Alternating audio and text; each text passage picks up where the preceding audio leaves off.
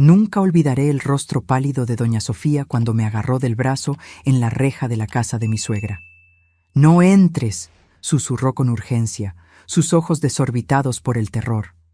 Su cuerpo entero temblaba mientras miraba nerviosamente por encima del hombro hacia la casa de ventanas cerradas. Apenas tuve tiempo de procesar sus palabras cuando el ensordecedor sonido de las sirenas de la policía rompió el silencio de la tarde y 2 patrullas se detuvieron bruscamente frente a la casa. Lo que descubrí en las horas siguientes destruiría por completo todo lo que creía saber sobre el hombre que había dormido a mi lado durante 7 años, el padre de mi hijo de 5 años, quien dormía en el asiento trasero del auto después de nuestro viaje sorpresa para visitar a la abuela enferma. Pero antes de continuar, asegúrate de estar suscrito al canal y escribe en los comentarios: ¿desde dónde estás viendo este video? Nos encanta saber hasta dónde están llegando nuestras historias. Todo comenzó hace 4 días. Estaba preparando la cena cuando Ricardo llegó a casa, pálido, hablando por teléfono. Apagué la estufa y me acerqué, preocupada por su expresión. Sí, entiendo. Estaré allí lo más pronto posible. Colgó y me miró con ojos llenos de preocupación. Mi madre está enferma, muy enferma. Necesito ir a su casa ahora mismo. Doña Beatriz vivía en un pueblo pequeño, un pueblo mágico, a unas 3 horas de distancia, como Tepoztlán. Ella era una mujer fuerte, rara vez se enfermaba, lo que hacía la noticia aún más alarmante. ¿Qué tiene? ¿Es grave?, pregunté, ya pensando en lo que necesitaríamos empacar. No sé bien. El médico de la familia llamó, dijo que tiene fiebre alta, delirando. Podría ser neumonía. Ricardo ya estaba sacando una maleta del armario. Tú te quedas con Pedrito. No sabemos qué tiene. Puede ser contagioso. No quiero arriesgarme a exponerlos. Acepté, aunque de mala gana. Doña Beatriz y yo siempre tuvimos una relación cercana, diferente a la mayoría de las nueras con sus suegras. Ella me acogió como a una hija desde el primer día, y la idea de no estar allí para ayudarla me molestaba. Llama cuando llegues, por favor, y manténme informada sobre su estado. Ricardo asintió distraídamente mientras echaba algo de ropa en la maleta. 20 minutos después, besó mi frente y la cabeza de Pedrito, que veía caricaturas en la sala, y partió. En los 2 días siguientes, solo recibí mensajes cortos de Ricardo. ¿Llegué bien? Estamos en el doctor. Ella está descansando ahora. Situación bajo control.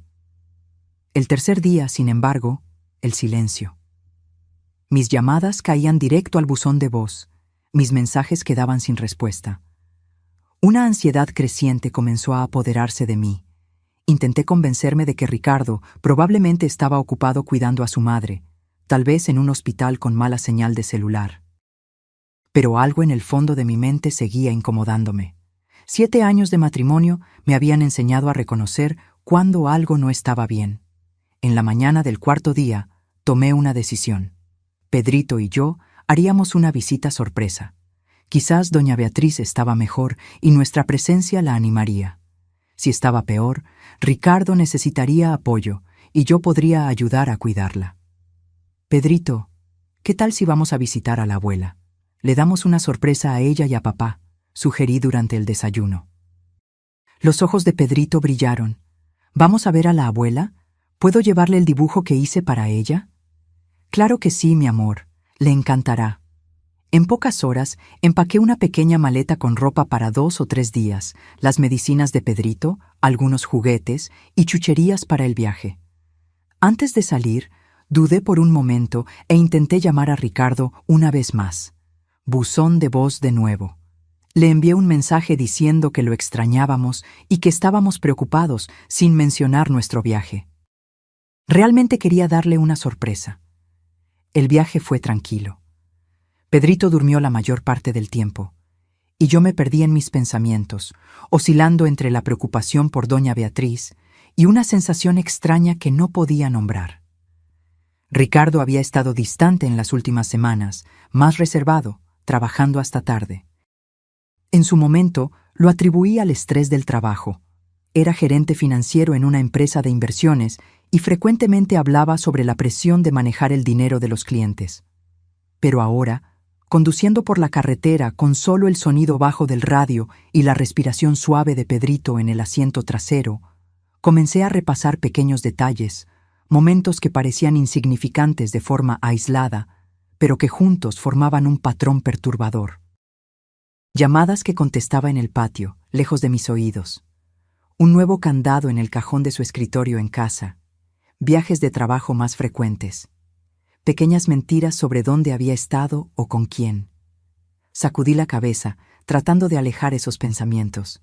Estaba siendo paranoica. Ricardo era un buen esposo, un padre amoroso. Si estaba escondiendo algo, probablemente era alguna sorpresa para mí o una preocupación laboral que no quería compartir para no inquietarme. Cuando finalmente llegamos al tranquilo pueblo donde vivía doña Beatriz, el sol comenzaba a ponerse.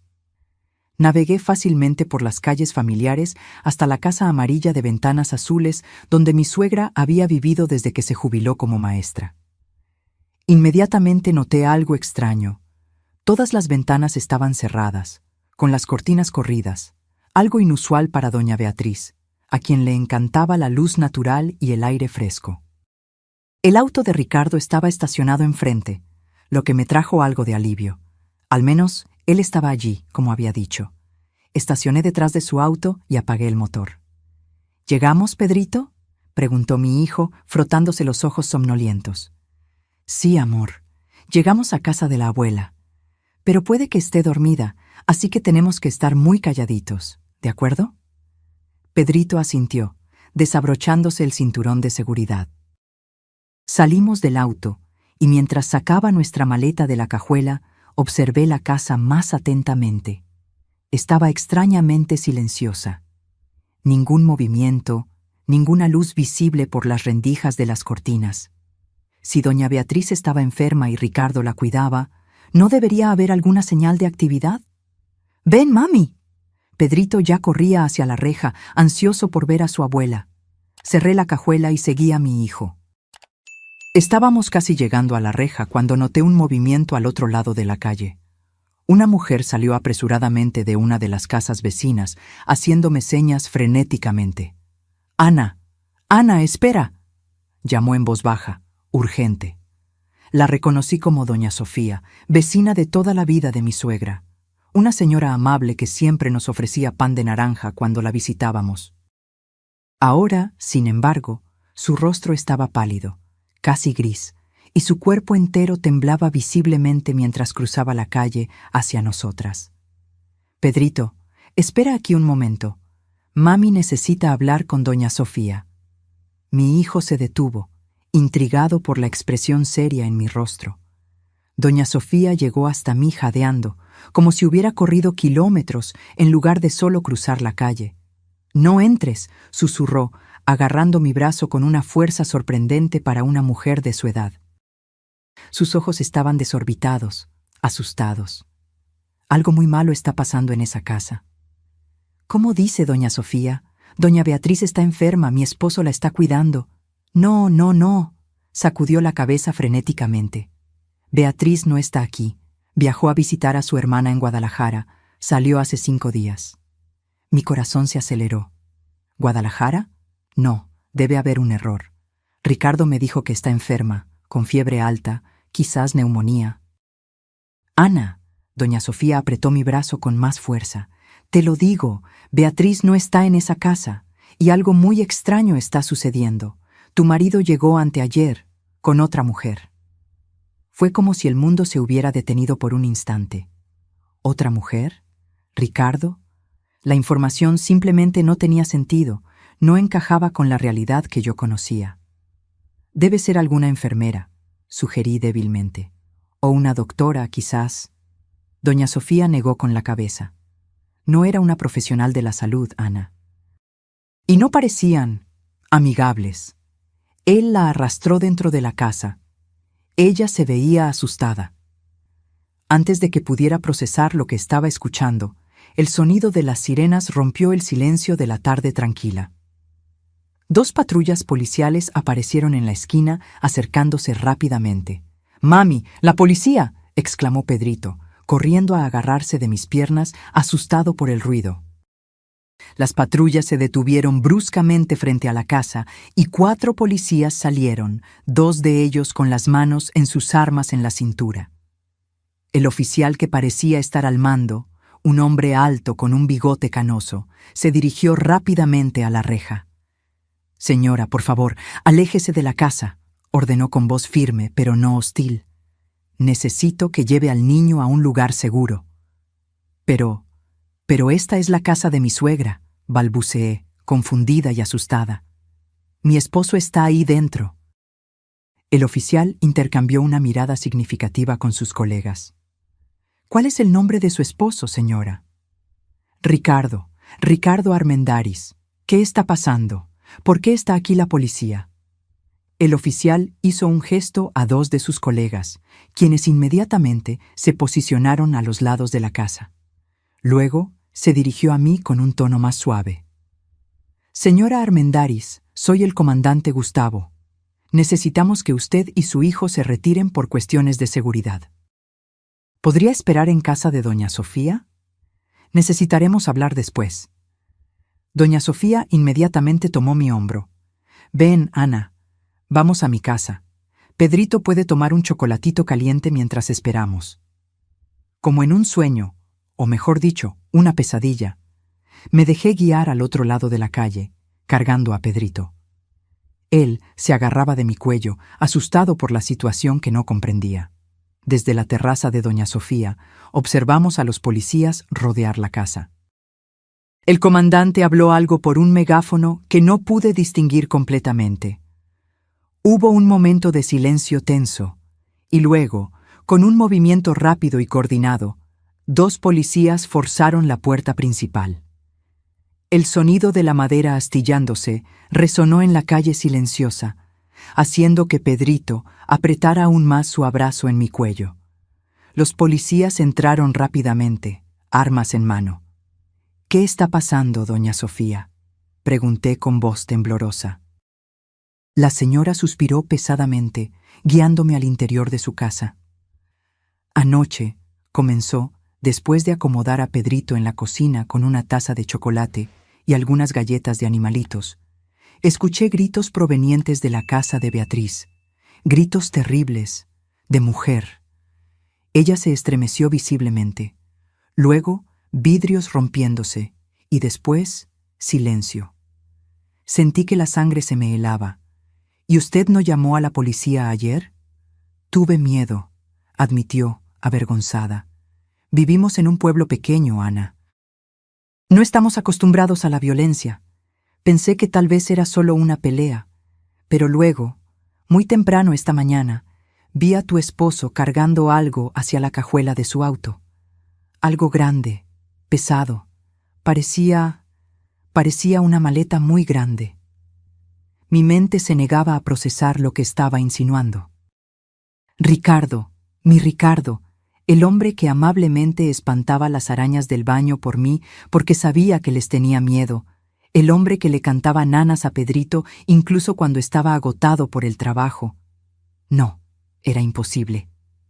«Salió conduciendo», continuó doña Sofía, «y regresó 1 hora después, sin la maleta. Fue entonces cuando decidí llamar a la policía. Les conté todo lo que vi. Me pidieron que me quedara en casa y les avisara si lo veía de nuevo». Me senté pesadamente en el sillón de doña Sofía, sintiendo como si el mundo a mi alrededor se estuviera desmoronando. Nada tenía sentido. ¿Por qué Ricardo mentiría sobre su madre? ¿Quién era la mujer que doña Sofía había visto? Y lo más inquietante de todo, ¿qué había en esa maleta pesada? Mis pensamientos fueron interrumpidos por golpes firmes en la puerta. Doña Sofía fue a abrir, y un momento después, el comandante Gustavo entró en la sala. Su rostro estaba serio, pero había algo en sus ojos, compasión, tal vez, que hizo que mi estómago se hundiera aún más. «Señora Armendáriz», comenzó, sentándose en el sillón frente a mí. «Necesitamos hablar. Es sobre su esposo». El comandante Gustavo se quitó su sombrero y lo colocó sobre la mesa de centro, un gesto que parecía anticuado, pero que traía consigo cierta solemnidad. Sus ojos, cansados pero amables, se encontraron con los míos. Señora Armendáriz, lo que le voy a decir es difícil, pero necesito que mantenga la calma, especialmente por su hijo. Asentí mecánicamente, mi cuerpo entumecido por la ansiedad. Su esposo no está en la casa, comenzó. La casa está vacía. ¿Vacía?, repetí confundida. Pero su auto está afuera. Sí, el auto está allí, pero la casa fue completamente registrada. No hay nadie dentro. Intenté procesar esa información. Si Ricardo no estaba allí, ¿dónde podría estar? ¿Y por qué dejaría el auto? Comandante, no entiendo. Mi esposo me dijo que su madre estaba enferma, que él vino a cuidarla. Pero doña Sofía dice que mi suegra está en Guadalajara. Sí, lo confirmamos, dijo el comandante. Nos pusimos en contacto con la hermana de la señora Beatriz en Guadalajara. Su suegra está allí, de visita. Partió hace 5 días. 5 días. Incluso antes de que Ricardo me dijera que estaba enferma. Pero entonces, ¿por qué mi esposo me diría que estaba enferma? El comandante suspiró, un sonido pesado que parecía cargar el peso de muchas verdades desagradables que había tenido que comunicar a lo largo de los años. Señora Armendáriz, hay más.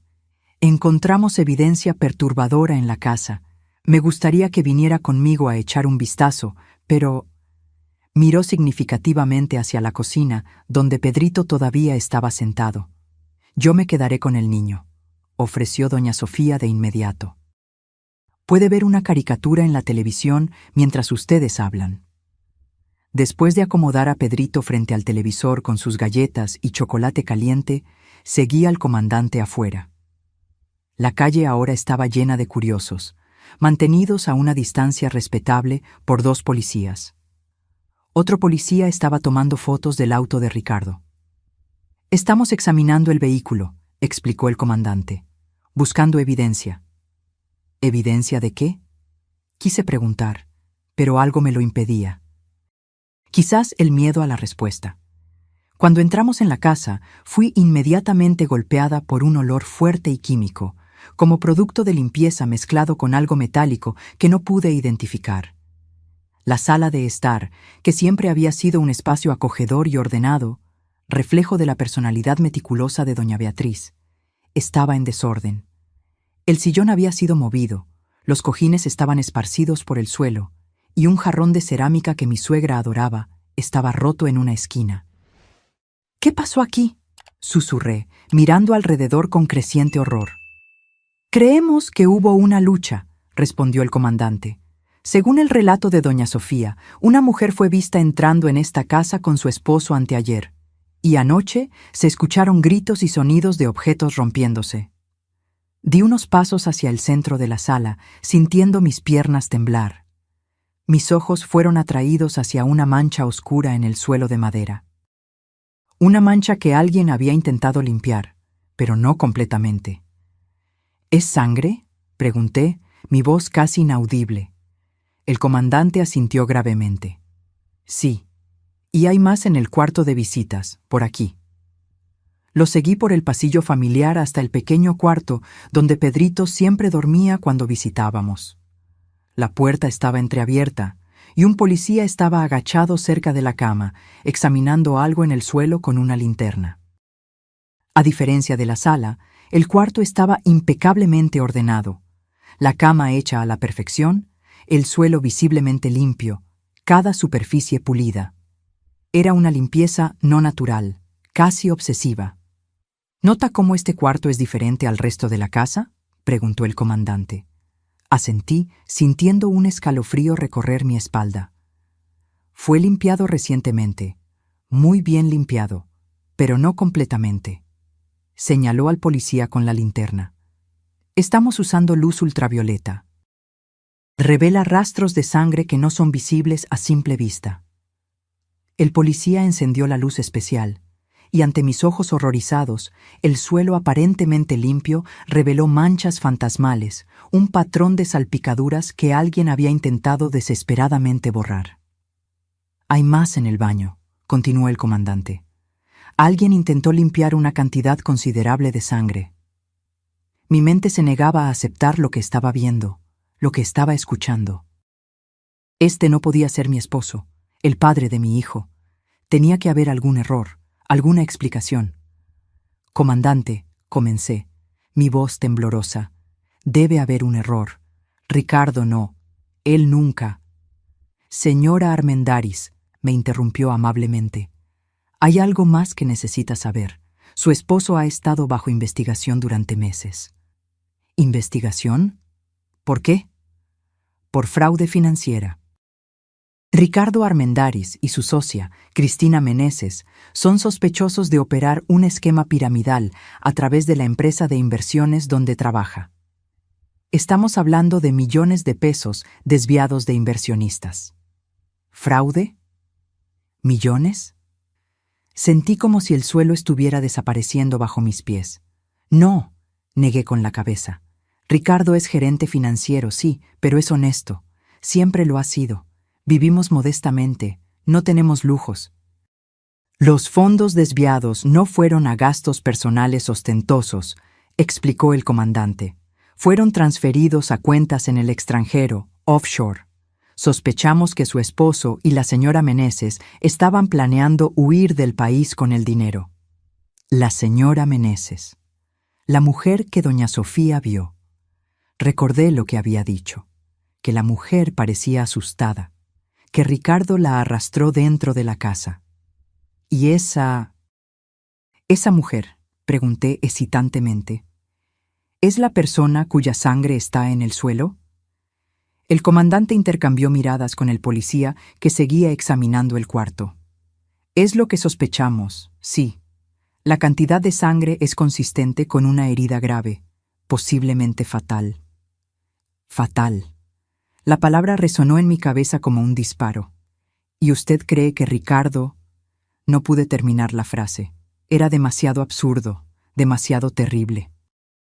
Señora Armendáriz, el comandante puso una mano suave en mi hombro. Hay algo más que debe saber.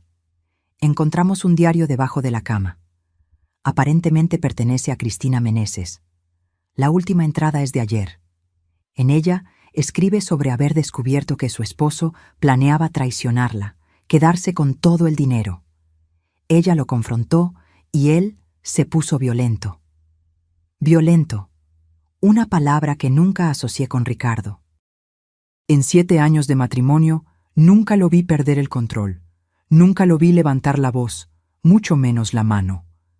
¿Cómo podía ser este el mismo hombre? Me tambaleé hasta el borde de la cama y me senté, incapaz de mantenerme en pie por más tiempo. Mi cabeza daba vueltas con la cantidad de información, cada una más devastadora que la anterior. ¿Y la maleta? Pregunté casi involuntariamente, recordando el relato de doña Sofía. El comandante dudó, como si sopesara cuánto debía contarme. La estamos buscando. Su esposo fue visto saliendo con la maleta esta mañana, conduciendo fuera del pueblo. Regresó sin ella 1 hora después. Tenemos equipos rastreando la región, especialmente áreas aisladas como cerros o presas. Un escalofrío recorrió mi cuerpo al entender la implicación.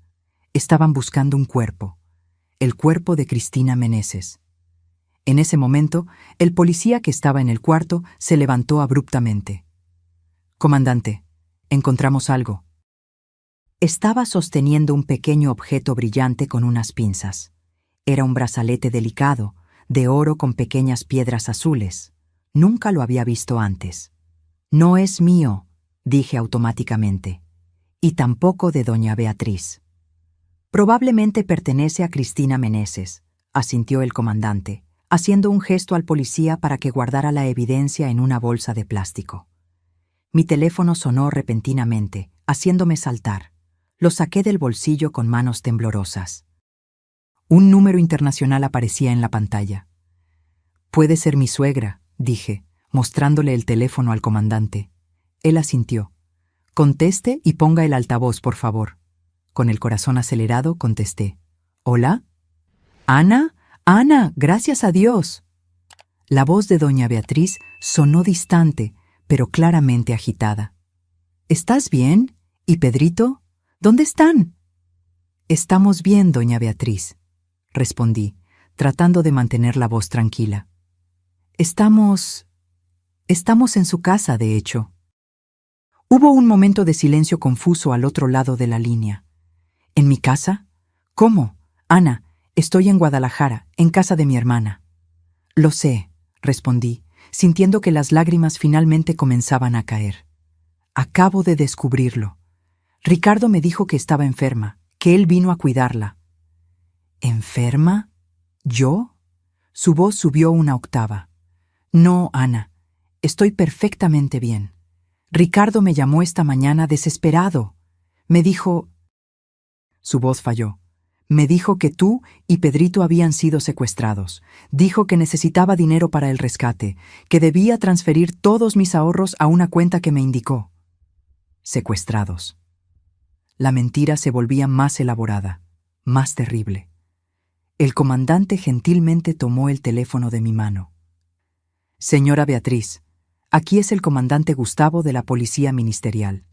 Su nuera y su nieto están a salvo con nosotros. No ha habido ningún secuestro. Su hijo le mintió. Dios mío, gimió doña Beatriz. ¿Qué está pasando? ¿Dónde está Ricardo? Eso es lo que estamos tratando de averiguar, señora. Por favor, no transfiera ningún dinero a la cuenta que su hijo le indicó. Estamos en medio de una investigación que puede involucrar crímenes graves.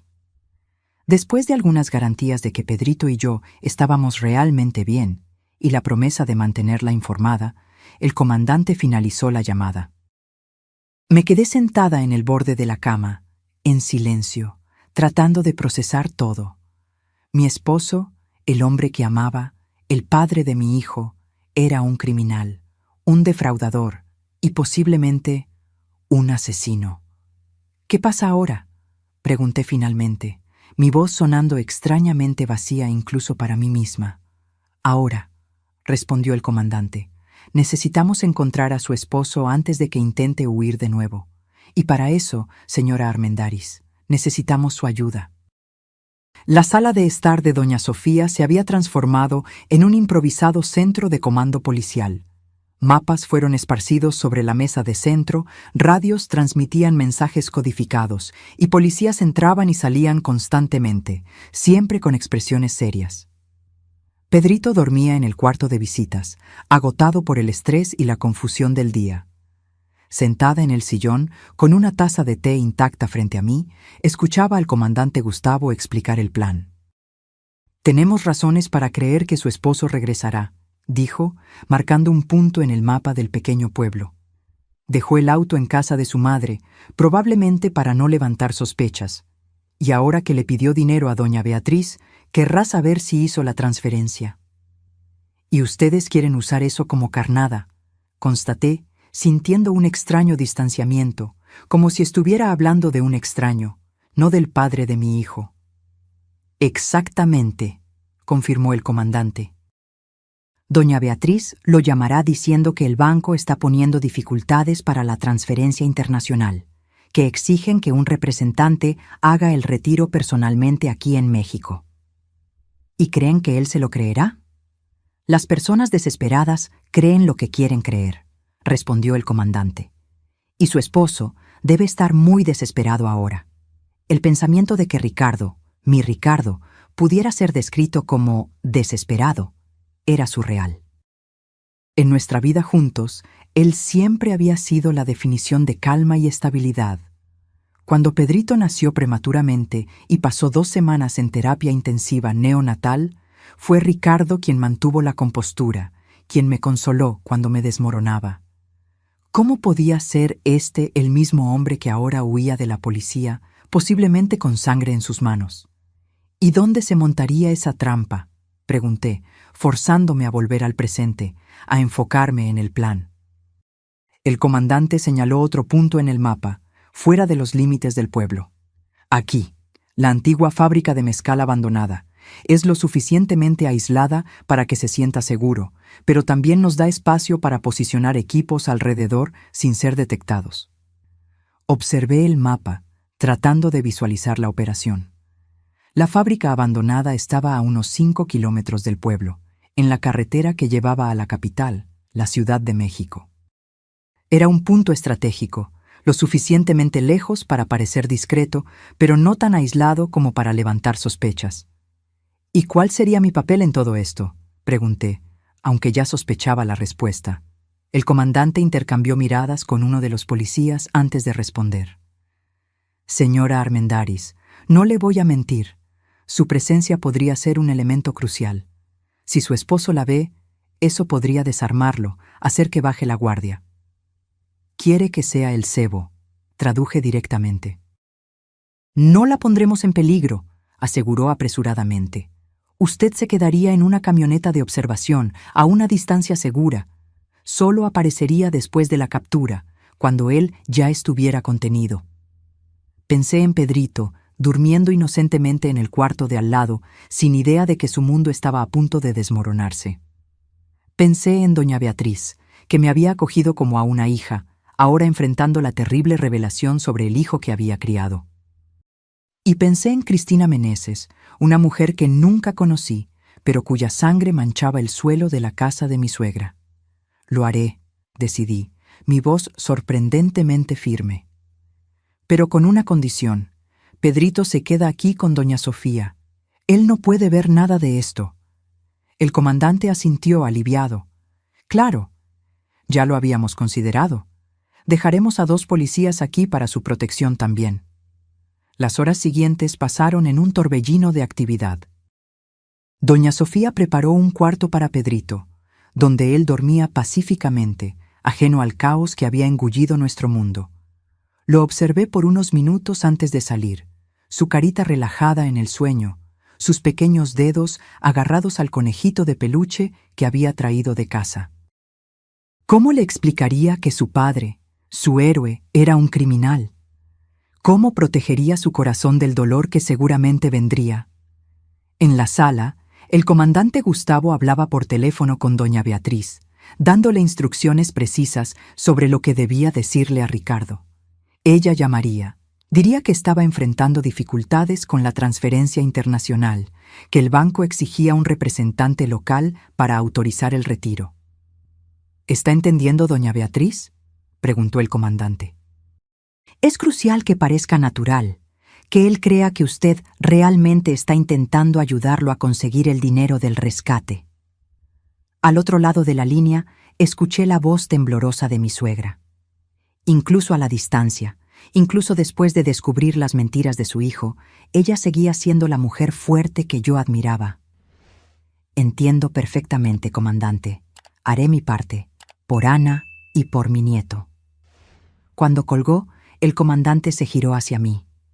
Ella lo llamará en 15 minutos. Si muerde el anzuelo, tendremos cerca de 1 hora para posicionarnos en la fábrica abandonada. Asentí mecánicamente, todavía tratando de procesar todo lo que estaba sucediendo. Una parte de mí aún esperaba despertar en cualquier momento, descubrir que todo era solo una pesadilla terrible. Pero el peso del celular en mi mano, el olor a café que venía de la cocina de doña Sofía, el murmullo constante de las radios policiales, todo era demasiado real. ¿Y si no aparece?, pregunté súbitamente. El comandante intercambió miradas con uno de los policías antes de responder. Entonces seguiremos buscando. Tenemos equipos rastreando toda la región, verificando carreteras, hoteles, posadas. No irá lejos, señora Armendáriz, especialmente si cree que puede obtener el dinero de su madre. 15 minutos después, el teléfono del comandante sonó. Era doña Beatriz, lista para hacer la llamada a Ricardo. Todos en la sala se quedaron en silencio mientras el comandante ponía la llamada en altavoz. El teléfono sonó 1, 2, 3 veces. Cuando pensé que caería en el buzón de voz, la voz familiar de mi esposo sonó al otro lado de la línea. «Madre, ¿conseguiste el dinero?». Era la voz de Ricardo, pero al mismo tiempo no lo era. Había una frialdad, una dureza que nunca había percibido antes. O tal vez siempre estuvo allí, y yo simplemente no quise verla. «Ricardo, hijo», la voz de doña Beatriz temblaba genuinamente. No necesitaba fingir la desesperación. «Estoy tratando, Estoy haciendo todo lo que puedo.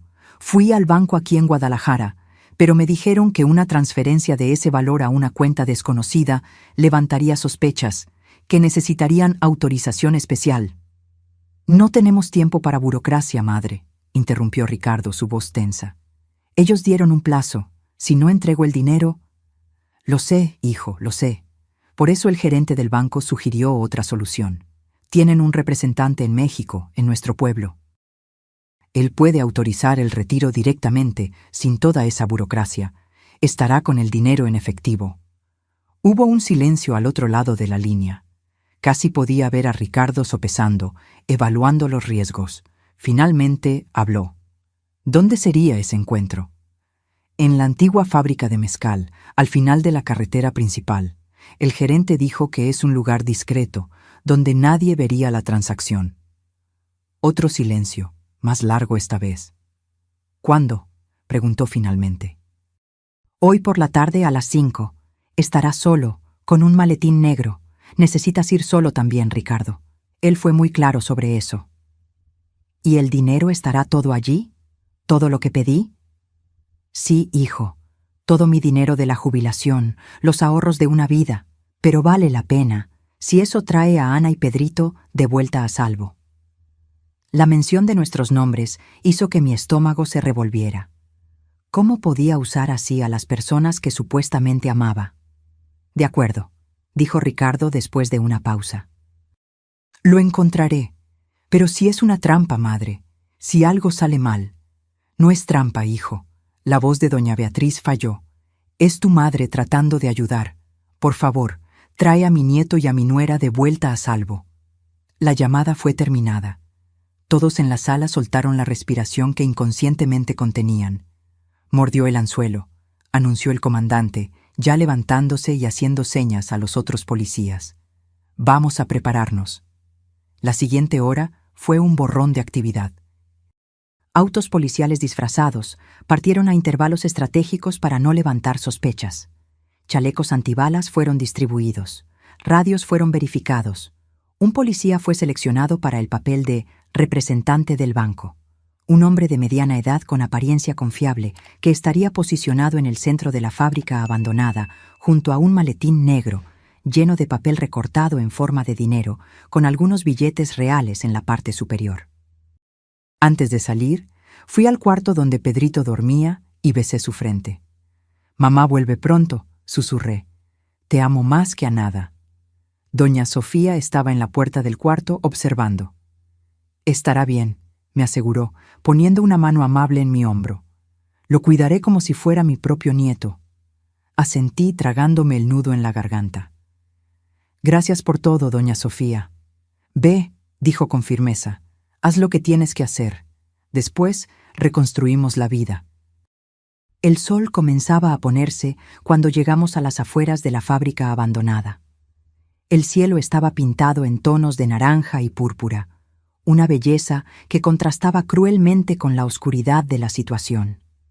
La antigua fábrica de mezcal, cerrada hace más de una década, se erigía como un fantasma industrial contra el horizonte. Paredes de concreto descoloridas, ventanas rotas, una reja oxidada colgando de bisagras que parecían a punto de ceder. Fui posicionada en una camioneta de observación, estacionada a unos 200 metros de la fábrica, escondida por una hilera de nopales y árboles. Dentro de la camioneta, monitores mostraban imágenes de cámaras estratégicamente posicionadas alrededor y dentro de la fábrica.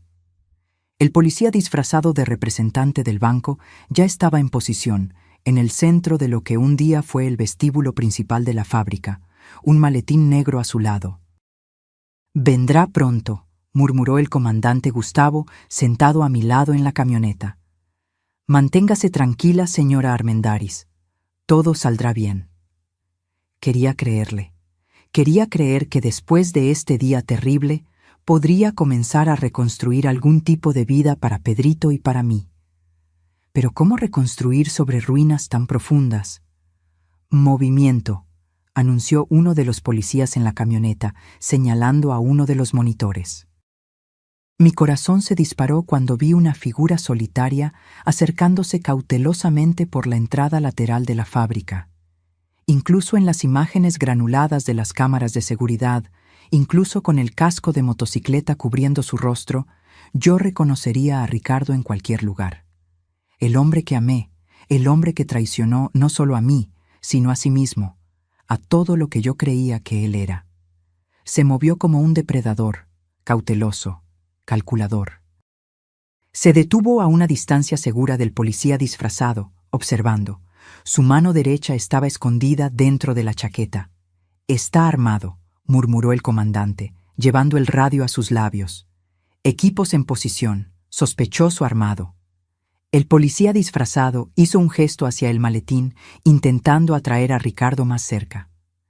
«¿Eres del banco?», preguntó Ricardo, su voz amortiguada por el casco. «Sí, señor», respondió el policía con calma. «Tengo el dinero aquí, como acordó con su madre». Ricardo dio un paso al frente, luego se detuvo, todavía desconfiado. «Muéstrame el dinero primero». El policía se agachó y comenzó a abrir el maletín. Fue entonces cuando el comandante dio la señal. «Ahora», ordenó por el radio. En segundos, luces potentes se encendieron de todos lados, inundando la fábrica abandonada. Policías surgieron de sus escondites, armas apuntadas. «¡Policía! ¡Alto! ¡Manos a la cabeza!». Los gritos resonaron por las paredes de concreto. Ricardo se congeló por un instante. Luego, con un movimiento rápido, sacó un arma de dentro de la chaqueta y disparó al aire. «¡Aléjense!», gritó, retrocediendo hacia la salida. «No», susurré, horrorizada al ver a mi esposo, el padre de mi hijo, transformado en ese extraño desesperado y peligroso. Ricardo intentó correr, pero ya estaba rodeado. Uno de los policías disparó, acertando el neumático de la motocicleta que estaba estacionada en la entrada. El sonido del disparo resonó por la fábrica abandonada, seguido por el estallido del neumático.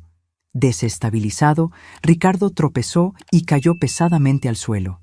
El arma se le escapó de la mano, deslizándose por el concreto sucio. En segundos, 3 policías lo inmovilizaron, forzando sus brazos hacia atrás y esposándolo. «Ricardo Armendáriz, usted está arrestado por fraude, sospecha de intento de homicidio, extorsión y posesión ilegal de arma», anunció uno de los policías, mientras retiraba el casco de la cabeza de Ricardo. Por primera vez en días, vi el rostro del hombre que había compartido mi cama, mi vida. Ya no había máscara de amabilidad, de estabilidad. Sus ojos estaban salvajes, furiosos, su mandíbula tensa en una expresión que nunca había visto antes. «Lo llevaremos a la comisaría», dijo el comandante Gustavo, levantándose y haciendo una señal al conductor de la camioneta. «¿Usted quiere verlo ahora o prefiere esperar hasta que estemos en la comisaría?». Dudé solo un momento. «Ahora», decidí. «Necesito mirarlo a los ojos. Necesito entender. Si es que hay algo que entender». El comandante asintió. «Vamos, entonces». Cuando la camioneta se detuvo a pocos metros de donde Ricardo estaba siendo levantado del suelo por los policías, sentí una ola de emociones contradictorias. Rabia, tristeza, confusión, incluso un doloroso resquicio de amor. Este hombre había sido mi mundo durante 7 años, el padre dedicado de mi hijo, o eso creía yo. Salí de la camioneta lentamente, mis piernas temblorosas. Ricardo, ahora de pie, flanqueado por policías que sujetaban firmemente sus brazos, giró la cabeza hacia el sonido de la puerta abriéndose. Cuando me vio, sus ojos se abrieron de shock. «¿Ana?», dijo, su voz una mezcla de incredulidad y confusión. ¿Qué estás haciendo aquí?». Me acerqué cautelosamente, deteniéndome a unos metros de distancia. Observé su rostro, buscando cualquier rastro del hombre que pensé conocer. No encontré nada. «Hola, Ricardo», dije, mi voz sorprendentemente firme. «Sorpresa, ¿no? Pedrito y yo vinimos a visitar a tu madre enferma». La comprensión reemplazó lentamente la confusión en su rostro. Sus ojos se entrecerraron, calculadores. «Ana querida, esto es un malentendido», intentó, su voz súbitamente suave. persuasiva, la misma voz que usaba para convencer a Pedrito de comer verduras, para calmarme después de un día difícil. Puedo explicarlo todo. Estoy trabajando en una operación secreta, tratando de atrapar criminales dentro de la empresa. Tuve que mentir para protegerte, para proteger a Pedrito. Era una mentira tan transparente, tan desesperada, que casi me río. Casi. Basta de mentiras, Ricardo, dije, manteniendo la voz baja, consciente de los policías a nuestro alrededor. Sé lo de la fraude, sé lo de Cristina Meneses, vi la sangre en el suelo de la casa de tu madre. El cambio en su rostro fue instantáneo y aterrador. La máscara de preocupación se desmoronó, revelando algo frío y calculador debajo. No sabes nada, siseó. Sé lo suficiente. Sé que me mentiste durante años. Sé que usaste mi nombre y el de Pedrito para intentar extorsionar a tu propia madre. Sé que... Mi voz falló por un momento. Sé que pudiste haber matado a una mujer y escondido su cuerpo. Ricardo no lo negó. No demostró remordimiento. En cambio, me miró con una frialdad que me hizo temblar. Siempre fuiste tan ingenua, Ana, dijo, con una sonrisa que no alcanzaba sus ojos. Tan fácil de engañar. Sí, querida, voy a trabajar hasta tarde. Claro, amor, es solo un viaje de negocios, y tú lo creías todo, sin cuestionar, sin dudar. Cada palabra era como una puñalada, pero mantuve mi postura. No le daría la satisfacción de verme desmoronarme. Tienes razón, Ricardo. Fui ingenua. Creí en ti porque te amaba, porque confiaba en ti. Mi único crimen fue creer que el hombre con el que me casé era quien decía ser. Antes de que Ricardo pudiera responder, surgió una conmoción en la entrada de la fábrica. Policías corrían hacia una figura que se tambaleaba hacia adentro, una mujer con ropa rasgada y sucia, uno de los brazos envuelto en un trapo ensangrentado. «¡Comandante!», gritó uno de los policías. «La encontramos en la carretera, intentando llegar hasta aquí». La mujer levantó el rostro, revelando moretones y cortes, pero ojos que ardían con determinación. Era joven, quizás 30 años, con cabello oscuro que un día debió ser elegante, ahora enmarañado y sucio. «¡Cristina!», susurró el comandante a mi lado. Cristina Meneses estaba viva. El efecto sobre Ricardo fue inmediato y violento. Se debatió contra los policías que lo sujetaban, su rostro contorsionado en furia. «¡Tú!», gritó. «¿Cómo es posible? Deberías estar muerta». Los policías lo contuvieron con dificultad, mientras otros corrían para ayudar a Cristina, que parecía a punto de desmayarse. Uno de ellos ofreció agua. Otro llamaba a una ambulancia por el radio. «Fallaste de nuevo, Ricardo», dijo Cristina débilmente, pero con una dureza sorprendente. «Como siempre». El comandante me guió gentilmente de vuelta a la camioneta, alejándome de la escena caótica. «Vamos a la comisaría, señora Armendáriz. Allí podremos entender mejor lo que sucedió». Antes de que la puerta de la camioneta se cerrara, miré una última vez al hombre que había sido mi esposo. Me miraba con una expresión que no pude descifrar, rabia tal vez, o algo más frío y calculador. Este extraño, me di cuenta con un escalofrío, había dormido a mi lado durante 7 años, había sostenido a nuestro hijo recién nacido, había prometido amarme hasta que la muerte nos separara. Y durante todo ese tiempo, nunca lo conocí de verdad. La comisaría era un edificio antiguo en el centro del pequeño pueblo, con paredes desconchadas y muebles gastados que habían visto días mejores. Sentada en una silla incómoda en la oficina del comandante Gustavo, con una taza de café malo enfriándose frente a mí, esperaba que Cristina Meneses fuera traída después de recibir los primeros auxilios de los paramédicos. Ella se negó a ir al hospital hasta hablar con nosotros, explicó el comandante, entrando en la sala después de verificar la situación. Las heridas son graves, pero no parecen ser fatales.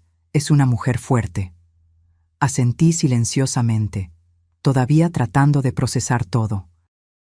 Cristina Meneses, la mujer que yo automáticamente había odiado horas atrás, la otra mujer en la vida de mi esposo. Ahora sentía solo una extraña conexión con ella, ambas víctimas del mismo hombre, aunque de diferentes maneras. ¿Y Ricardo?, pregunté.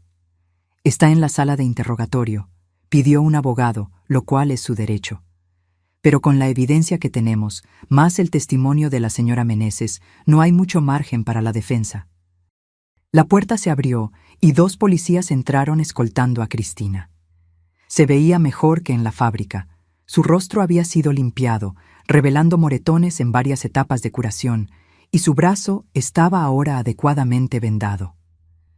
Pero eran sus ojos lo que llamaban la atención, oscuros, intensos, con una determinación que parecía superar el dolor físico. Se sentó frente a mí, al otro lado de la mesa, y por un momento solo nos observamos.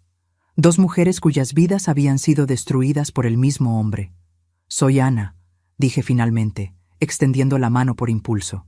Ella miró mi mano extendida, dudó por un segundo, luego la estrechó brevemente. «Cristina». Su voz era más fuerte de lo que esperaba, con un ligero acento que no pude identificar. El comandante carraspeó, encendiendo una grabadora sobre la mesa. «Señora Meneses, si se siente lo suficientemente bien, quisiera que nos contara exactamente qué sucedió en la casa de la señora Beatriz Armendáriz». Cristina respiró hondo, mirando rápidamente hacia mí antes de comenzar su historia. «Conocí a Ricardo hace 3 años, en la empresa de inversiones donde trabajaba. Yo era consultora financiera, especializada en atraer nuevos inversionistas». Hizo una pausa, humedeciendo sus labios resecos. Al principio, era solo una relación profesional. Ricardo tenía ideas brillantes, sabía cómo hacer que el dinero rindiera. Yo tenía los contactos, la habilidad de ganarme la confianza de los clientes. ¿Cuándo comenzaron a defraudar a los inversionistas?, preguntó el comandante. Cristina bajó la mirada por un momento. Comenzó pequeño, un desvío aquí, otro allá. Luego fue creciendo. Ricardo era convincente. Decía que los clientes ni se darían cuenta, que era dinero que ellos nunca extrañarían. Mientras ella hablaba, intenté conciliar esa imagen con el Ricardo que yo conocía. El hombre que cuestionaba si realmente debíamos aceptar el cambio incorrecto que un cajero nos había dado de más. El hombre que donaba regularmente a la campaña de abrigo de la escuela de Pedrito. En el último año, las cosas comenzaron a complicarse, continuó Cristina. Algunos clientes comenzaron a hacer preguntas, a exigir estados de cuenta detallados. Nos dimos cuenta de que era solo cuestión de tiempo hasta que todo saliera a la luz. Y fue cuando decidieron huir, completó el comandante. Sí. Ricardo sugirió que saliéramos del país, que comenzáramos una nueva vida en el extranjero. Habíamos transferido la mayor parte del dinero a cuentas en el extranjero, estaba todo listo. Cristina se detuvo, sus ojos se fijaron en mí. Él me dijo que era soltero, que no tenía familia, solo supe de usted y su hijo después de que ya era demasiado tarde. Sentí un nudo en la garganta. Ricardo no solo me había mentido a mí, sino también a ella. Ambas éramos piezas en su juego elaborado. ¿Qué pasó en la casa de su madre?, pregunté, mi voz casi un susurro. Cristina cerró los ojos por un momento, como si reuniera fuerzas. Cuando las cosas comenzaron a ponerse peligrosas en la ciudad, Ricardo sugirió que nos escondiéramos en la casa de su madre. Dijo que ella estaba de viaje, que la casa estaría vacía. Dijo que nos quedaríamos allí por unos días, hasta que consiguiéramos los documentos finales para dejar el país. Ella tocó ligeramente el vendaje en su brazo antes de continuar. La primera noche, todo parecía normal.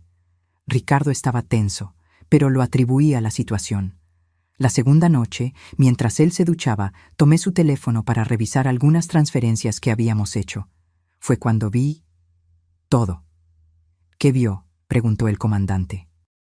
Mensajes para un contacto en Cancún organizando un único boleto de avión. No 2, solo 1, a nombre de Ricardo. Y transferencias. Todas nuestras cuentas conjuntas habían sido vaciadas, el dinero movido a una cuenta a la que solo él tenía acceso. Sus ojos se encontraron con los míos. También había mensajes para usted y fotos de su hijo. Sentí que mi corazón se oprimía. Incluso planeando abandonar a su familia, Ricardo mantenía esa fachada, esa doble vida. Cuando lo confronté, continuó Cristina, su voz ahora más baja, él se transformó. Nunca lo había visto así antes. Sus ojos eran los ojos de un extraño, fríos, calculadores. Respiró hondo. Tomó mi frasco de perfume y me golpeó en la cabeza. Caí. Comenzó a estrangularme, diciendo que yo era un problema, que nunca debí meterme en sus cosas. ¿Cómo sobrevivió?, pregunté, horrorizada por la violencia del hombre que había compartido mi cama. Perdí el conocimiento. Cuando desperté, estaba sola, cubierta de sangre. Pude arrastrarme fuera de la casa, al cobertizo de herramientas en la parte trasera. Pasé la noche allí, entrando y saliendo de la conciencia. A la mañana siguiente, vi a Ricardo cargando una maleta grande al auto. Pensé que tal vez iba a ponerme allí dentro. Ella se estremeció visiblemente.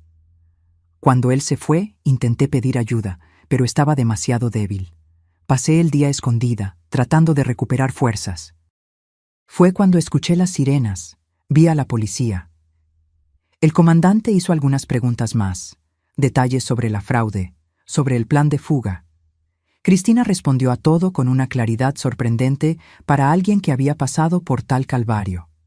Cuando terminó su relato, parecía exhausta, pero de alguna manera también más ligera, como si compartir la verdad hubiera removido un peso de sus hombros. «Hay una cosa más», dijo, metiendo la mano en el bolsillo de su pantalón rasgado. Retiró un pequeño dispositivo USB. «Todas las pruebas están aquí. Registros de las fraudes, nombres de los clientes afectados, detalles de las cuentas en el extranjero. Siempre mantengo copias de seguridad de todo. Ricardo creía que yo confiaba ciegamente en él». Una sonrisa irónica tocó sus labios. Ese fue su error. El comandante tomó el dispositivo cuidadosamente, colocándolo en un sobre de evidencia. «Esto será extremadamente útil para el caso, señora Meneses. Ahora, realmente necesitamos llevarla al hospital para cuidar adecuadamente esas heridas». Mientras los policías ayudaban a Cristina a levantarse, ella se detuvo y me miró una última vez. «Lo siento», dijo simplemente, «por todo. Yo no sabía de usted, de su hijo. Si hubiera sabido...». «No es su culpa», respondí. Y me di cuenta de que era verdad. La culpa era enteramente de Ricardo. Cuando Cristina salió escoltada por los policías, el comandante se volvió hacia mí. «Usted también debería descansar. Fue un día difícil. Podemos continuar esto mañana». Antes de eso, dije, una pregunta crucial todavía pesando en mi mente. ¿Qué había en la maleta grande que Ricardo cargó al auto? ¿Si no era Cristina? El comandante suspiró. «Aún no lo sabemos con certeza. Equipos están rastreando la región donde fue visto deteniendo el auto. Pero si tuviera que adivinar, diría que eran evidencias de la fraude, documentos incriminatorios, tal vez incluso dinero en efectivo. Algo que no quería que encontráramos en la casa». Asentí, un extraño alivio recorriéndome. Al menos Ricardo no era un asesino, a pesar de haber intentado convertirse en uno. «¿Puedo verlo?», pregunté súbitamente. «Antes de irme, necesito mirarlo a los ojos una última vez». El comandante dudó. «Ya pidió un abogado». «Técnicamente, no deberíamos permitir visitas en este momento». «Por favor», insistí. «No como visitante, como esposa. Prometo no interferir en el caso, no hacer preguntas sobre la investigación. Solo necesito este cierre». Después de un momento de consideración, el comandante asintió. 5 minutos, y un policía se quedará presente todo el tiempo. La sala de interrogatorio era pequeña y desprovista de personalidad. Una mesa de metal, 2 sillas, paredes grises. Ricardo estaba sentado de un lado de la mesa, las manos esposadas frente a él. Cuando entré, levantó los ojos, y por un instante fugaz vi un destello de algo en su mirada. Sorpresa, tal vez incluso vergüenza, pero fue rápidamente reemplazado por la máscara de indiferencia que ahora usaba. Me senté frente a él, consciente del policía parado junto a la puerta y de la cámara en la esquina de la sala. Por un largo momento, solo nos miramos. Este hombre, que un día fue el centro de mi mundo, ahora parecía un extraño. ¿Por qué?, pregunté finalmente, la única palabra que podía formar. Ricardo inclinó la cabeza ligeramente, como si considerara la pregunta. ¿Por qué exactamente? ¿Por qué la fraude? ¿Por qué Cristina? ¿Por qué mentirte a ti? Todo eso, cualquier cosa. Solo quiero entender. Él suspiró, un sonido que parecía casi genuino en su cansancio. Tú no lo entenderías, Ana. Nunca entenderías lo que es sentirse atrapado, limitado, mirar al futuro y ver solo mediocridad, un empleo mediocre, una casa mediocre, una vida mediocre. Nuestra vida no era mediocre, respondí, sintiendo una punzada de rabia por primera vez. Teníamos un hogar, un hijo, amor. ¿Qué más podrías querer? Una sonrisa fría tocó sus labios. Más, siempre más. Tú nunca fuiste ambiciosa, Ana. Te conformabas con tan poco. Yo quería más de la vida, más dinero, más poder, más libertad. ¿Y estabas dispuesto a destruir todo para conseguir eso? ¿Incluido tu propio hijo? La mención de Pedrito pareció afectarlo de una manera que mis otras palabras no lograron. Por un momento, su máscara cayó, revelando algo que parecía casi arrepentimiento genuino. Pedrito nunca sufrió, dijo, bajando la voz. Yo siempre lo amé, a mi manera. A tu manera, repetí, incrédula. Tu manera incluía usar a tu hijo como pieza en un golpe para extorsionar a tu propia madre. ¿Qué clase de amor es ese, Ricardo? Él no respondió, sus ojos desviándose hacia la mesa entre nosotros. ¿Y nosotros?, pregunté, mi voz más suave ahora. ¿También me amaste, a tu manera? Ricardo levantó la mirada, encontrando la mía. Por un momento creí ver un destello del hombre que había conocido, del hombre que me había hecho reír en nuestra primera cita, que había sostenido mi mano durante el parto, que había bailado conmigo en la cocina en aniversarios de bodas. Sí, dijo finalmente. Pero no fue suficiente. 3 palabras simples que resumían todo. No fue suficiente. Nuestro amor, nuestra familia, nuestra vida juntos, nada de eso fue suficiente para Ricardo, y nunca lo sería. Me levanté lentamente. No había nada más que decir, nada más que preguntar. El Ricardo que conocí, o creí conocer, había desaparecido hace mucho tiempo, si es que alguna vez existió realmente. Adiós, Ricardo, dije simplemente, girándome para salir. Ana, llamó cuando estaba en la puerta. Me detuve, sin girarme. Cuida bien de Pedrito. Casi me río de la ironía, como si necesitara ese recordatorio, como si no hubiera sido siempre yo la que cuidaba de nuestro hijo mientras él vivía su doble vida. Siempre lo hice, respondí, y salí sin mirar atrás. El comandante Gustavo me estaba esperando en el pasillo. ¿Está todo bien?, asentí, sintiendo una extraña calma envolverme. Sí, estoy lista para volver con mi hijo ahora. Cuando regresamos a casa de doña Sofía, ya era noche avanzada. Pedrito todavía dormía, ajeno al huracán que había devastado nuestras vidas. Me senté en el borde de la cama donde él dormía, observando su carita pacífica, sus pestañas largas, su pecho subiendo y bajando en respiraciones tranquilas. ¿Cómo protegería ese pequeño corazón de lo que estaba por venir? Doña Sofía apareció en la puerta, sosteniendo una taza de té humeante. Pensé que lo necesitarías, dijo gentilmente, entregándome la taza. Gracias, murmuré, aceptando el té caliente con gratitud. Por todo. Ella se sentó a mi lado en la cama, mirando a Pedrito con cariño. Es fuerte, como su madre. Va a superar esto. ¿Cómo le explico que su padre nunca más volverá a casa? ¿Que todo lo que conocíamos era una mentira? Doña Sofía suspiró, un sonido cargado de sabiduría adquirida a través de muchos años y muchos dolores. No se lo explicas todo de una vez, no a un niño de 5 años. Le dices lo que él puede entender, lo que necesita saber. Que papá hizo algo malo y necesita estar lejos por un tiempo, que eso no tiene nada que ver con él, que no es su culpa. Y cuando crezca, cuando comience a hacer más preguntas, entonces le cuentas más, conforme él esté listo para escuchar. La verdad es un peso, Ana. No se le pone un peso demasiado grande sobre hombros demasiado pequeños. Ella tocó mi mano suavemente. Pero eso es para mañana. Hoy tú descansas. Recuperas tus fuerzas. Asentí, sintiendo que el cansancio finalmente me dominaba. Terminé el té y me acosté al lado de Pedrito, abrazándolo cuidadosamente para no despertarlo.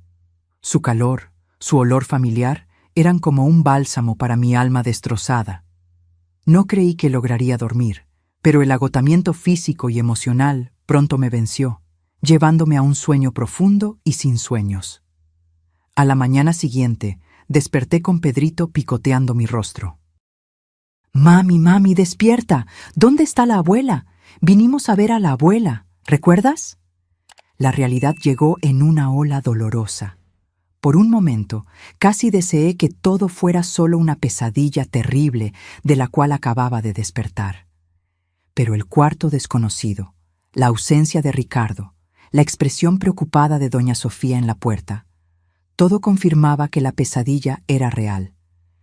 «Pedrito, mi amor», comencé, sentándome y jalándolo a mi regazo.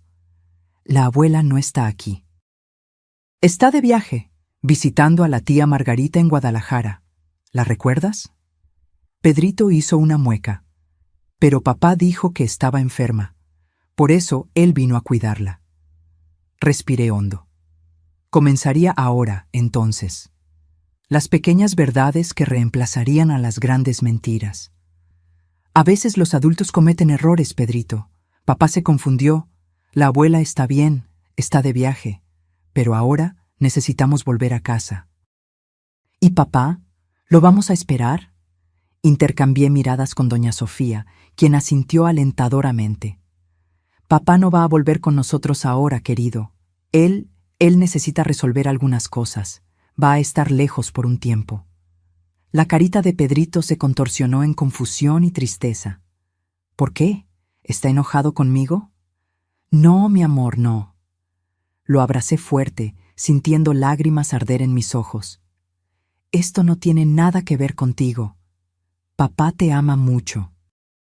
Pero él hizo algunas cosas mal, y ahora necesita arreglar eso. Como cuando rompes un juguete y necesitas arreglarlo, ¿entiendes? Pedrito asintió lentamente, aunque yo sabía que no comprendía completamente. ¿Cómo podría?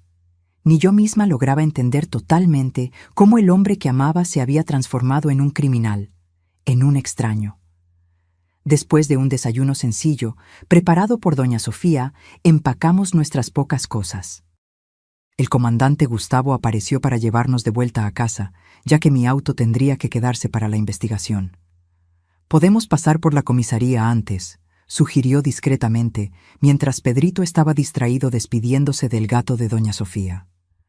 «Hay algunos documentos que necesitan ser firmados y necesitamos discutir los próximos pasos». En la comisaría, mientras Pedrito coloreaba dibujos en la sala de espera bajo la supervisión de una policía amable, fui informada sobre lo que esperar en los próximos días y semanas. Su esposo será formalmente acusado de fraude financiera, intento de homicidio, extorsión y posesión ilegal de arma, explicó el comandante. Con la evidencia que tenemos, más el testimonio de Cristina Meneses y el dispositivo USB con los registros de la fraude, el caso es bastante sólido. Él probablemente enfrentará una sentencia larga. Asentí mecánicamente, firmando los documentos que me eran presentados. ¿Y las víctimas de la fraude?, pregunté. ¿Habrá alguna forma de recuperar su dinero? Estamos trabajando en eso. Parte del dinero puede ser recuperado de las cuentas en el extranjero, pero llevará tiempo. Y desafortunadamente, es probable que no todo sea recuperado. Una nueva ola de vergüenza me golpeó. Incluso no habiendo participado conscientemente en la fraude, yo era la esposa de Ricardo. A los ojos de muchos, yo sería cómplice, o al menos negligente. Usted no debe culparse, dijo el comandante, como si leyera mis pensamientos. Toda la evidencia indica que usted no tenía conocimiento de las actividades criminales de su esposo. Usted también es una víctima en esta historia. Salimos de la comisaría con el corazón pesado, pero con un plan. Volveríamos a nuestra casa, una casa que ahora parecía un escenario, un telón donde Ricardo había representado su papel de esposo y padre devoto. Yo reuniría nuestros documentos, contactaría a un abogado, iniciaría los procedimientos para el divorcio. Luego, probablemente tendríamos que mudarnos. Empezar de nuevo en otro lugar, lejos de las miradas de lástima, de los susurros, de las preguntas inevitables. Durante el viaje de vuelta, Pedrito se durmió en el asiento trasero de la patrulla policial. Observé el paisaje pasar por la ventana, campos y pueblos pequeños que parecían pertenecer a otro mundo. Una realidad paralela donde familias normales vivían vidas normales, sin secretos devastadores, sin traiciones impensables. ¿Tiene familia que pueda ayudarla?, preguntó el comandante mientras conducía. Mis padres viven en el sur, a casi 1000 kilómetros, en Oaxaca. Tengo una hermana en la Ciudad de México. Voy a contactarlos, contarles lo que sucedió. La idea de hacer esas llamadas, de pronunciar en voz alta las verdades terribles que había descubierto, hacía que mi estómago se revolviera. ¿Y la madre de Ricardo, doña Beatriz? Dijo que regresará de Guadalajara tan pronto como pueda. Estoy preocupada por ella. Esto la va a destruir. Parece ser una mujer fuerte, comentó el comandante. Como usted. Lo miré, sorprendida por el comentario. ¿Fuerte? No me siento fuerte, me siento rota.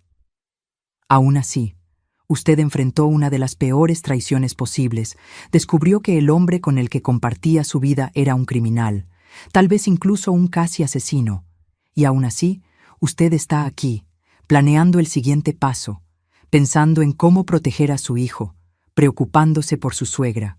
Eso es fuerza, señora Armendáriz. Sus palabras tocaron algo dentro de mí. Quizás él tenía razón. Quizás sobrevivir a esto, seguir respirando, seguir funcionando, era una forma de fuerza. No la fuerza exuberante y confiada que siempre imaginé, sino una fuerza silenciosa, nacida de la necesidad y del amor por mi hijo. Cuando finalmente llegamos a nuestra casa, mi casa ahora, ya era noche. Las luces estaban apagadas, la casa silenciosa y fría. Pedrito, todavía soñoliento, se agarró a mi cuello mientras lo cargaba hacia adentro. Gracias por todo, comandante, dije, deteniéndome en la puerta. Me mantendré en contacto, respondió. Y recuerde, usted no está sola en esto. Asentí, agradecida por el apoyo, y entré en la casa, cerrando la puerta detrás de mí. Allí, en el silencio de nuestra sala de estar, mirando las fotos de familia en la pared, sonrisas congeladas en momentos que ahora parecían pertenecer a extraños, sentí finalmente la realidad completa de mi situación. El hombre que amé, el padre de mi hijo, era un criminal, un mentiroso, un extraño. Nuestra vida juntos había sido construida sobre mentiras, y ahora yo estaba sola, enfrentando un futuro incierto, tratando de proteger a mi hijo de verdades que ni yo misma lograba comprender completamente. Pero mientras observaba a Pedrito dormirse en su cama, rodeado por sus juguetes favoritos, me di cuenta de que, a pesar de todo, todavía había verdad en mi vida. El amor por mi hijo era real. La fuerza que encontraría para seguir adelante sería real, y tal vez, un día, encontraría paz de nuevo. No hoy, no mañana, pero algún día. Con esa promesa silenciosa, me acosté al lado de Pedrito y permití, finalmente, que las lágrimas vinieran, no solo por lo que había perdido, sino también por lo que todavía tenía, por lo que todavía era mío. 6 meses pasaron como un sueño febril. Días se transformaron en semanas semanas en meses, mientras yo luchaba por reconstruir algún tipo de normalidad para Pedrito y para mí. Nos mudamos a un apartamento más pequeño, más cerca de su escuela. Volví a trabajar como maestra, profesión que había abandonado cuando Pedrito nació. Doña Beatriz regresó de Guadalajara y después de vender su casa, incapaz de vivir con los recuerdos de lo que había sucedido allí, se mudó a un pequeño apartamento a pocas cuadras del nuestro. Fue un período de ajustes dolorosos y descubrimientos aún más dolorosos. La extensión de la fraude de Ricardo y Cristina era mayor de lo que cualquiera había imaginado inicialmente. Decenas de familias habían perdido ahorros de una vida, fondos de jubilación, dinero guardado para la educación de los hijos. Cada nueva revelación era como una herida reabierta. Cada titular en los periódicos un recordatorio del hombre que yo pensé conocer. Pedrito preguntaba por su padre casi todos los días al principio. ¿Cuándo vuelve papá? ¿Por qué no podemos visitarlo? ¿Ya no nos quiere? Cada pregunta era una daga en mi corazón. Siguiendo el consejo de una terapeuta infantil a la que comenzamos a consultar, respondía con verdades simples, adecuadas a su edad, siempre reafirmando que el amor de su padre por él era real, aunque sus acciones hubieran sido equivocadas. Gradualmente, las preguntas disminuyeron. La ausencia de Ricardo se convirtió en parte de nuestra nueva normalidad. Pedrito se adaptó con la sorprendente resiliencia que poseen los niños. Yo, por otro lado, todavía me despertaba a veces en medio de la noche, sudando frío, soñando con la sangre en el suelo de la casa de doña Beatriz, con la maleta pesada que Ricardo había cargado al auto. El juicio comenzó en un día lluvioso de otoño. El cielo gris parecía reflejar la seriedad de la ocasión. El tribunal estaba abarrotado. Periodistas, víctimas de la fraude, curiosos.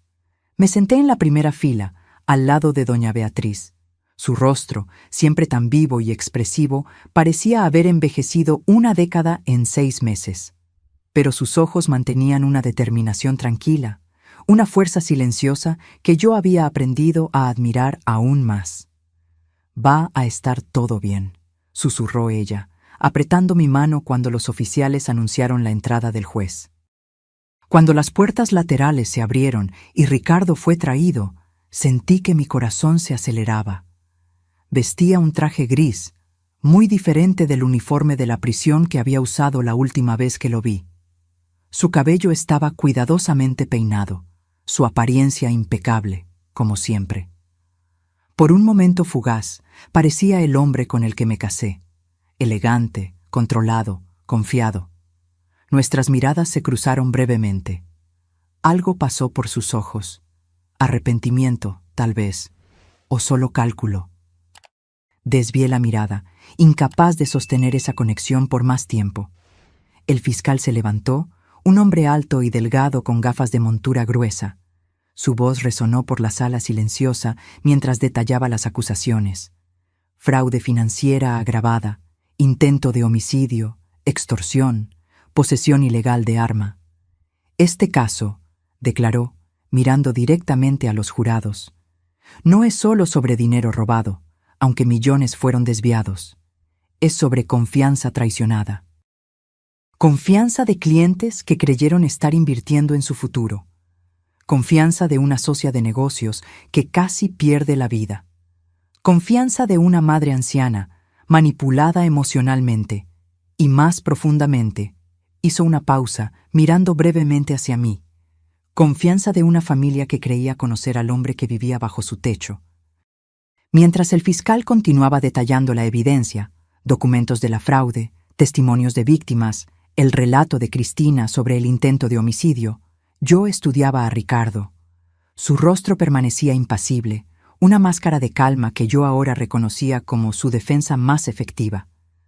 Solo ocasionalmente un músculo en su mandíbula se contraía, única señal visible de tensión. Cuando llegó el turno de Cristina de testificar, ella entró en la sala con pasos firmes. Las heridas físicas habían cicatrizado, pero algo en sus ojos, una cautela, una desconfianza, sugería que las heridas emocionales aún estaban frescas. vestida con un traje sencillo, cabello recogido en un moño austero, se veía muy diferente de la mujer ensangrentada y desesperada que yo había visto 6 meses atrás.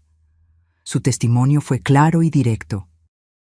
Describió cómo conoció a Ricardo, cómo él la trajo al esquema de fraude con promesas de riqueza rápida, cómo gradualmente se dio cuenta de la extensión de sus mentiras. Y luego, en detalles gráficos, relató la noche en que él intentó matarla. «Cambió en un instante», dijo, su voz sorprendentemente firme. «En un momento estábamos discutiendo sobre el dinero, sobre los boletos, sobre sus planes de abandonarme. Al segundo siguiente, sus ojos se transformaron. Tomó mi frasco de perfume del tocador y me golpeó en la cabeza. Tocó ligeramente su sien, donde una fina cicatriz aún era visible. Cuando caí, comenzó a estrangularme. Dijo que yo era un problema, que sabía demasiado, que hablaba demasiado, que nadie me extrañaría. El abogado defensor, un hombre de mediana edad con una expresión perpetuamente escéptica, hizo lo posible por desacreditar el testimonio de Cristina. Sugirió que ella era tan culpable como Ricardo en la fraude, que estaba tratando de obtener una sentencia más leve echándole toda la culpa a él. Insinuó que la pelea había sido mutua, que ella había atacado a Ricardo primero. Pero Cristina permaneció inquebrantable. «Sí, participé en la fraude. Nunca lo negué. Estoy preparada para enfrentar las consecuencias legales de mis acciones. Pero no ataqué a Ricardo. Y no inventé el intento de homicidio. Los registros médicos, las fotos de mis heridas, la sangre encontrada en la casa, todo eso confirma mi versión. Ricardo Armendáriz intentó matarme porque yo descubrí que planeaba traicionarme, quedarse con todo el dinero y abandonarme. Cuando llegó mi turno de testificar, sentí un extraño distanciamiento, como si estuviera hablando de la vida de otra persona. Respondí a las preguntas del fiscal con claridad, relatando el día en que llegué a casa de doña Beatriz, la advertencia de doña Sofía, el descubrimiento de la sangre, la revelación sobre la fraude. El abogado defensor fue más agresivo conmigo de lo que había sido con Cristina. Insinuó que yo debía haber sospechado de las actividades de Ricardo, que era imposible vivir con alguien durante tantos años sin notar discrepancias. ¿Usted nunca cuestionó el origen de los recursos que sostenían su estilo de vida?, preguntó, su voz cargada de insinuaciones. «¿Qué estilo de vida?», repliqué, sintiendo una chispa de indignación. Vivíamos modestamente. El salario de Ricardo en la oficina de inversiones era bueno, pero no extravagante. Nuestra casa era hipotecada, nuestro auto era de modelo básico. Nunca hubo señales de riqueza inexplicable. ¿Y los viajes de negocios frecuentes, las llamadas secretas, las horas extendidas en el trabajo?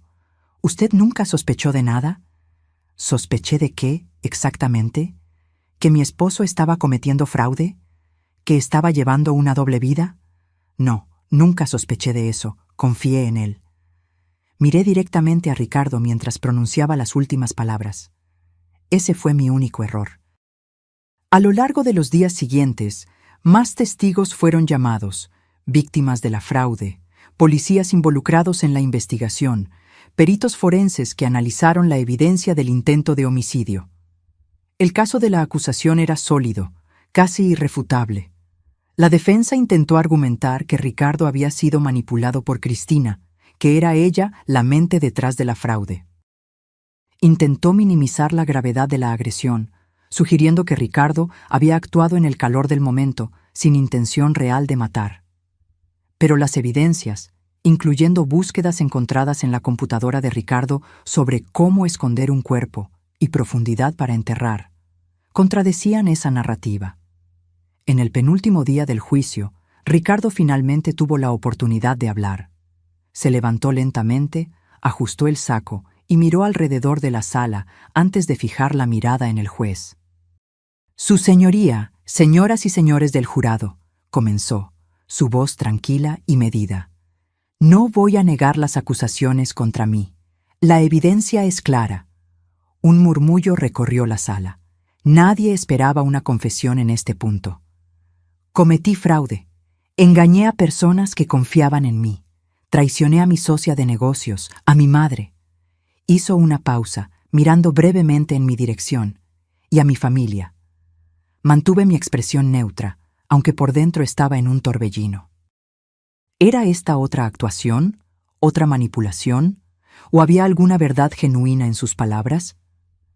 No tengo excusas para mis acciones, continuó. Solo explicaciones que sé que no disminuyen la gravedad de lo que hice. Comencé con pequeños desvíos, creyendo que podría devolver el dinero antes de que alguien se diera cuenta. Pero una mentira llevó a otra, un desvío a otro mayor, y pronto estuve atrapado en una red que yo mismo tejí. Respiró hondo antes de continuar. En cuanto a la acusación de intento de homicidio contra Cristina Meneses, sus ojos se desviaron brevemente hacia ella, sentada al otro lado de la sala. Hubo una altercación, sí. Perdí el control. Actué de manera violenta, impensada. No pretendía matarla, solo silenciarla. Cuando me di cuenta de la magnitud de lo que había hecho, entré en pánico y huí. Fue cobardía, lo sé. ¿Y su esposa? ¿Su hijo? Preguntó el juez, una intervención inusual, pero que pareció vocalizar la pregunta que todos en la sala se hacían. ¿El falso secuestro para extorsionar a su madre? Ricardo bajó la mirada por primera vez. Fue mi momento más bajo, admitió. Estaba desesperado, necesitaba dinero para huir. Usé a las personas que deberían ser más importantes para mí como peones en un juego sórdido. Levantó los ojos de nuevo, mirándome directamente. Ana, sé que probablemente nunca me perdonarás, y no merezco tu perdón, pero quiero que sepas que, a pesar de todas mis mentiras, mis sentimientos por ti y por Pedrito siempre fueron reales. Ustedes eran la única cosa genuina en mi vida de falsedades.